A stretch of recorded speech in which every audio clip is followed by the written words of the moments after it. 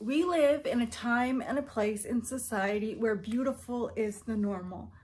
But what if you don't feel beautiful in your own skin?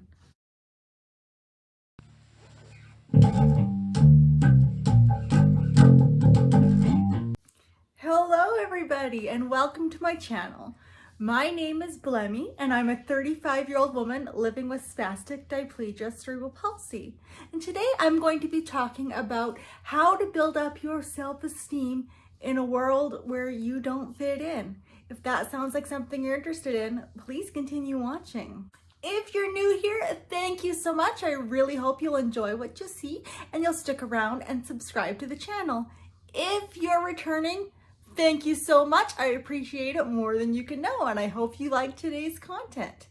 Okay, so before we get started, like always, I just want to say that these experiences are my own, and of course they do not reflect anybody else with cerebral palsy, as the condition can vary significantly from person to person. And as always, my goal with this channel is to build a community for people with physical disabilities so they feel so not alone, and to show the broader society that us living with cerebral palsy and physical disabilities are not that different from everybody else.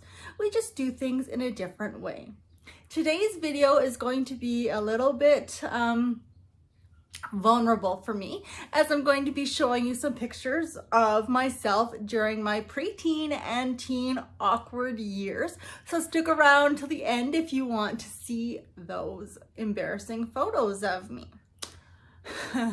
Okay, so I've been asked, I asked my viewers what they wanted to see from me, and overwhelmingly the majority wanted to see a video on how I developed my self-esteem. And so I thought the best way for me to talk about how I developed my self-esteem was to talk about feeling beautiful within today's societal demands, as I feel that that's the most relevant, and not just beautiful, but just comfortable in your own skin, just to feel like you belong. First off, let me start by saying it has not been an easy road to get to where I am today, where I am comfortable with who I am and what I look like. Growing up as a preteen and teen, it was extremely difficult. And when I say extremely difficult, I mean it was probably one of the most trying and traumatic times of my life. I wanted so badly to look like the celebrities or even the people that I saw at school. I wanted to look like them so badly. I would have given anything to look like Britney Spears, Mary-Kate or Ashley Olsen, or Baby Spice. That just shows you my age. And what do all those people have in common? Well, they're all beautiful blonde women. And of course, I am not blonde. And now I've come to terms that I will never be blonde and that I do not look good as a blonde. If you guys want to see a blonde photo of me, I have a few. Give this video a big thumbs up and I might incorporate it into a future video. I don't know. It's pretty horrific. I shouldn't be a blonde. But anyways, okay, so I digress. I felt like everybody I saw on TV, in magazines, in the movies, just everywhere, nobody looked like me. Nobody looked like me. Nobody moved like me. Nobody had the same problems as me. I mean, and nobody even at that time was Asian. So I didn't feel like I was represented within our pop culture, within our media, and I really had nobody to look up to, and that can be a really, really lonely place. I had no other friends with CP. This was the time before the internet, before social media, before chat rooms. I felt all alone, and in turn, because I had never seen anybody like me anywhere really, I felt ugly. I felt like an other. And it was just a really, really lonely place to be. I remember coming home from school most every day, just bawling my eyes out to my mom that I just wanted to be like everybody else. I just wanted to look like everybody else. And it was just so unfair that I didn't. And it was just a really emotional and trying time for me. And it was really sad. It was really sad. So I hope with me, by doing this video, show some young people that you're not alone, that there are people out there like you living successful lives, and that you can too. And so it took me a long time to be able to feel comfortable in my own skin, to feel comfortable walking around. If you haven't seen my walking videos, I will link them down in the description below. I've got two now, one that shows how I walk in my walker and one that tells about my walking story. I so just wanted to look like everybody else. And I had to overcome that, because no matter what I did, I would never look like everybody else. It's harmful to our mental selves to think that we can get to that point when realistically our bodies just won't let us. So what did I do? What did I do to help my self-esteem along? Well, the biggest thing was to just realize that this is who I am. This is me. It's not going to change. My legs and my body is what I have, and I can't do anything about it, so I better just accept it. And that took a really long time for me to do. It really helped once I got online and online communities and found other people with CP similar to mine. I felt so not alone, and that was really what helped me start to overcome the insecurities I had with my body and my CP. So if you know anybody that's struggling with this, with a physical disability, please share this video and let them know that they're not alone. There is a wider community out there that'll help you come to terms with who you are and your disability. Going along with that,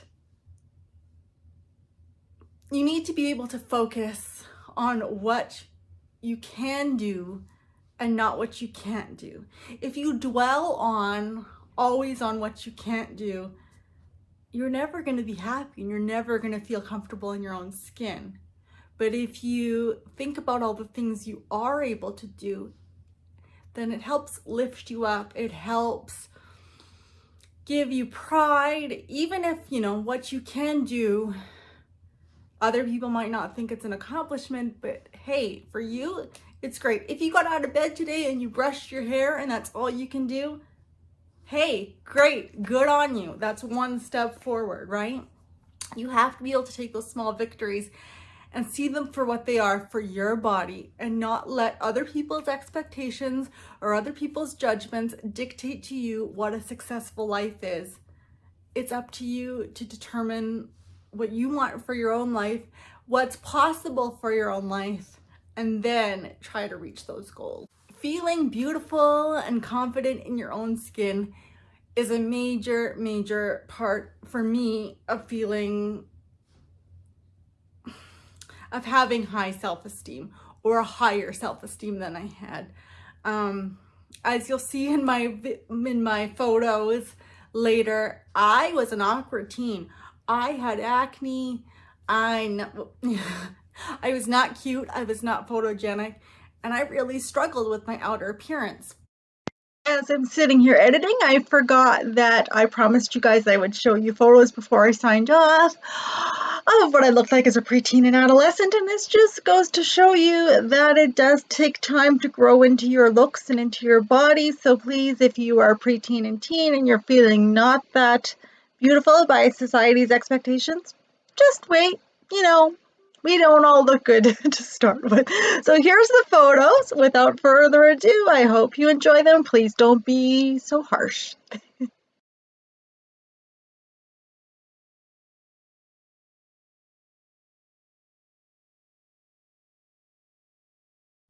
And I know that self-esteem isn't all about your outer appearance, but you know what? It really helps. If you're able to put your best face forward every day, it really helps make your soul feel better, at least for me anyways. I know when I put the effort in to do my hair and do my makeup, I know that I'm facing the world with my best face forward and that this is the best me. And I just feel better than if I wake up and I don't do anything and I go out and face the public. You just feel better when you look better. And that doesn't mean you have to do yourself up all to the nines. It just means, you know, brush your hair, wash your face, put a smile on your face. You don't even have to put a smile on your face, but just present to the world your best you. And if that your best you that day is just brushing your teeth and brushing your hair, then that's it. But it always makes you feel better internally, at least for me, when you look better externally. And that leads me to another point that might be a little controversial for some people, but if there's something on your physical body that you don't like, that you are able to fix, that it's within your control to fix, then do it. If it's gonna make you feel better and more secure with how you present yourself and your body, then just change it if you're able to, and if it's within your means to do it. If you don't like your hairstyle, change it. If there's parts on your body that, I don't know how to say this. If there's areas that you're not happy with, that you are able to change and you are able to alter if you want to, if that's what's gonna make you happy, change it. You only have one life. And I really feel that there's so much when you live with CP that you can't control. That the things that you can control, if it's with your control to do it, and you don't like something about yourself and you can change it, change it. It'll make you feel so much better. And it'll give you that extra confidence boost. I know not everybody will agree with me on that one, but for me, it really has helped me just feel like the best me in my own skin, if that makes sense. And it also really helped me to realize that those celebrities that I was seeing on TV and the magazines and now on TikTok, even on Instagram, they don't even look like they look in the photos and in the movies. There's so much photoshopping, so many filters. You really can't judge yourself based on what you see out there. So remember, everybody is not what it seems, and everybody has something on themselves that they want to change. And the sooner you just realize that this is me and this is who I am, screw everybody else, screw societal expectations. I'm happy. I feel like I look good. This is me. Whether society likes what I look like or not, I'm happy. As long as you're happy genuinely and you take those steps to become happy. For me, it really, really helped my self-esteem a whole lot. Really, it did. And the other thing that really helped my self-esteem in the last little while is out in public, I was falling constantly. And it did not feel good. It did not feel like I was an adult. It did not feel like I was able to be out on my own. So I decided to start walking with a cane and then a walker. And even those simple tools helped build my self-esteem so much. At first it tore it down. It tore it down. And I felt like I was regressing horribly from walking without any walking aids to now needing them. But you know what? It gave me my confidence back. It gave me my independence back. And it really gave me my life back. I wasn't stuck in my house anymore. I could go out and do the shopping and do all the things and be with friends.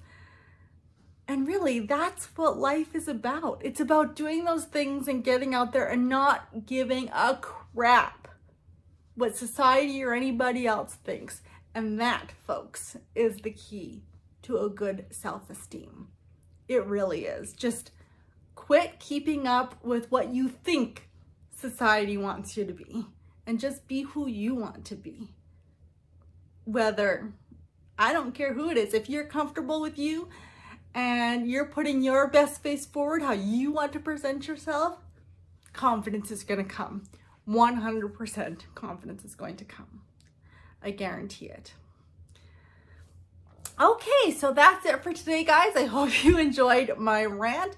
Be sure to give this video a big thumbs up. Hit that subscribe button if you haven't already.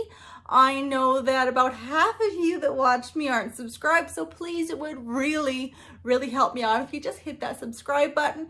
Share this video with family and friends. And let me know down in the comments below what you do to help boost your self-esteem. And until next time, bye-bye.